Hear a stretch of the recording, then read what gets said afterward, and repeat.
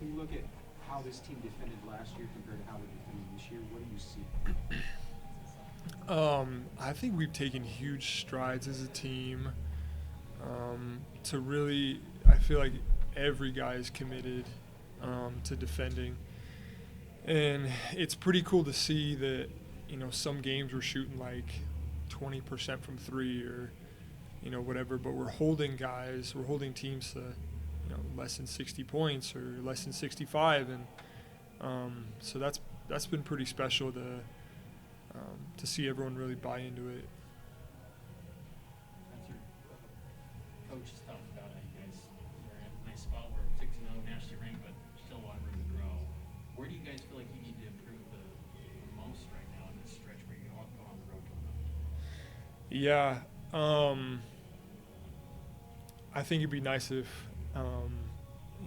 you saw that Oregon game. We shot the ball really well, and we've been a little streaky, I think, shooting the ball from outside. But one thing that I'm really looking forward to is when we're hitting our shots. Like it's a scary team, but as far as defensively, like I just talked about. We've taken huge strides with that. So the fact that some nights we don't shoot super well, it's really comforting that we can fall back on our defense and we can also fall back on our rebounding. We just go get the shot and get another possession. Is there extra motivation going into this one, knowing the history with the coaching staff with UU and even you to an extent? You were there for a little bit. Is there extra maybe motivation with this matchup to win this one? Definitely. It's always super fun to play people, in state, and then someone that's so close, a couple miles away, and we know a lot of their players, have friends with them and personal relationships. So definitely, it's a different feeling. Who are some of the who are some of the players that you know on UVU that you have personal relationships with? Yeah, Connor Harding. He played here last year. We were teammates. Tim Fuller is one of their guys. I played with him for a little bit. Really good friends with him, and played high school with a couple of their, the guys they have on their team. So just know a couple of them. What is it about road games that seems to kind of like expedite what you guys are learning? I mean, it seems like so few teams want to play like true road games early in the season. I saw a stat somewhere that of the 20 undefeated teams, only 6 of them have played at least one true road game. You guys are obviously one of them. Do you feel like you've learned something about your guys' teams when you like go on the road, hostile environment, that kind of thing? And what do you feel like you can learn, I guess, with 3 of the next 5 being true road games? Yeah, definitely. I like going on the road. I like playing against hostile crowds. It's super fun. It's just this cool, fun environment where you get in there and the fans are they're going at you, and I don't know, it just creates a really, really fun environment to play in. But in terms of our team, like how it helps us take steps, I think it helps prepare us for our league play, which you're super far in the season and every team can scout you, and then when you get into tournament play, it's even harder.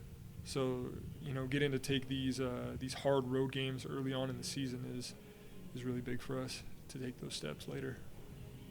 Personally speaking, what parts of your game are you really pleased with so far this season, and maybe on the other side of the coin, what parts of your game are you working through? Yeah. Coach really put a challenge on me this summer. Is he wanted me to take a step in terms of protecting the ball. Just making simple plays, making the right plays. And so I've been super happy that, I've been protecting the ball. Only have, a couple turnovers on the season. And so I've been super happy with that. And then, a place that I want to take another step is on the opposite side of that. I need to, take a step in my playmaking, which is, distributing the ball and just getting assist numbers up. This season about Alex Barcelo's improvement on defense, and as somebody who there's a lot of offensive expectations, or not expectations, but he matters on offense a lot to you guys.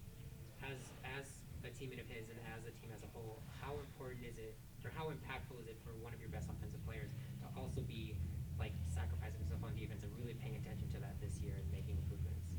It's huge. Yeah, it really sets the like the tone for the whole team.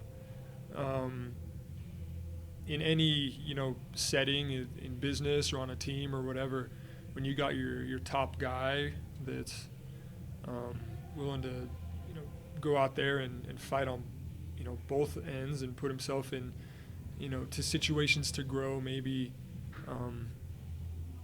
where he didn't feel as comfortable with it last year. I think Coach Pope talked about some of his numbers, but then he really took on the challenge. So like, hey, I want to be a really good defender this year, and he's taken a really big step, and it's been really fun to play with him, and he's just been awesome. Coach also mentioned that like one of the ways that he likes to keep this team with a sense of urgency is kind of talking about oh, this is a Quadrant 1 game, or this is kind of where we are in Chem Pump, and these little things that other coaches may not want to talk about at all because they want their players kind of singularly focused on process, gaming, and stuff like that.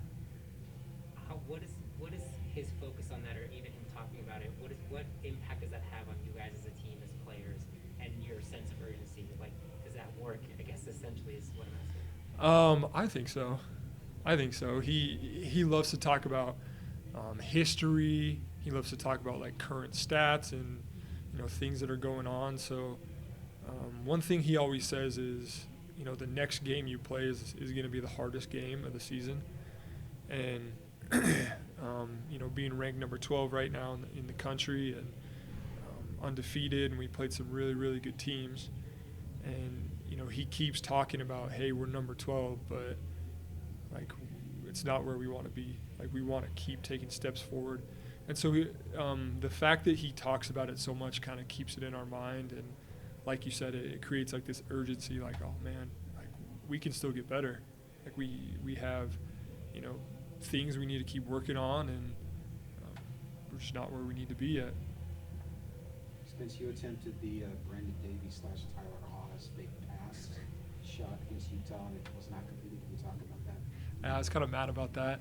The rim blocked it, right? Yeah.